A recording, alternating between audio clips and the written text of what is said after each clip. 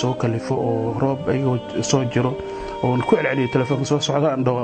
maaragta ayagana ay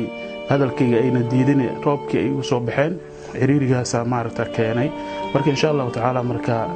ciriirigaasa ay haayo marka waxaan walaalaha maaragta aan ka codsanaa inay i caawiyaan oo barnaamijkan ay iga caawiyaan maxaa yeelay wax badan kulley waa ka warqabtiin rasuulka sallallahu alayhi wasallam xadiidkiisa wuxuu ahaa hal tansuruuna aw turzaquuna ilaa biducafaa'ikum maladin kaalmayna maladin arzuqa ilaa marka ducafadiin aad gacanta ka qabataan mahani marka maadaama saas ay tahay waxaan codsanayaa in ciriirigaas i haayo maaragta man axyaaha fakaannama axya annaasa jamiican oo yidhi ilaahi subxaanahu watacaala marka waxaan idinka codsanaya inaad i caawisaan oo barnaamijkan oo meeshii ugu xumayd oo maaragta magaceygii ahaa maanta laygahaya runtii meel kale hadday ahaleed waxbay ahaleed laakiin meeshan meel dhib badan waaye waad ka warqabtiin marka insha allahu tacaala waxaan codsanaa inaan maaragta codsigayga dalabkayga aad maaragta insha allah aad ka soo jawaabi doontaan. assalaamu calaykum waraxmatullaahi wabarakaatu. sidaa ogtihiin in badan horay waxyaabo badan oo khayr aan ka wada shaqaynay maantana waxay ka mid tahay wax cusub ma ahan wixii hore aan nooga barateen oo ah khayrka walaalihiin dhibaataysan walaalihiin u baahan in la garab istaago tanna waxay ka mid tahay waxyaabahaas baahi badanaa ka jirta waddankan sidaa ogtihiin dhibku wuu badan yahay laakiin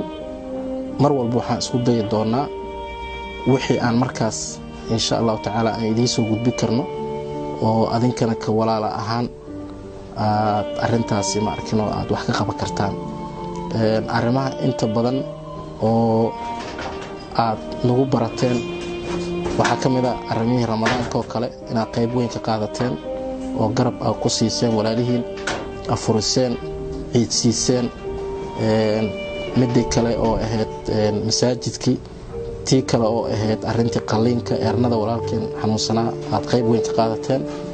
midii aan soo gabagabaynay oo ahayd dugsigii waxyaabaha aan idiin soo gudbino waa waxyaabo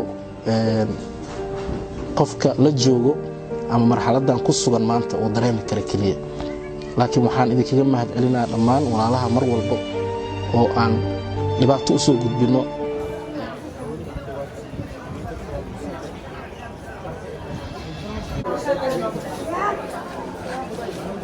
فرقيشة عبد علي مع عبد الناصر على عبد الله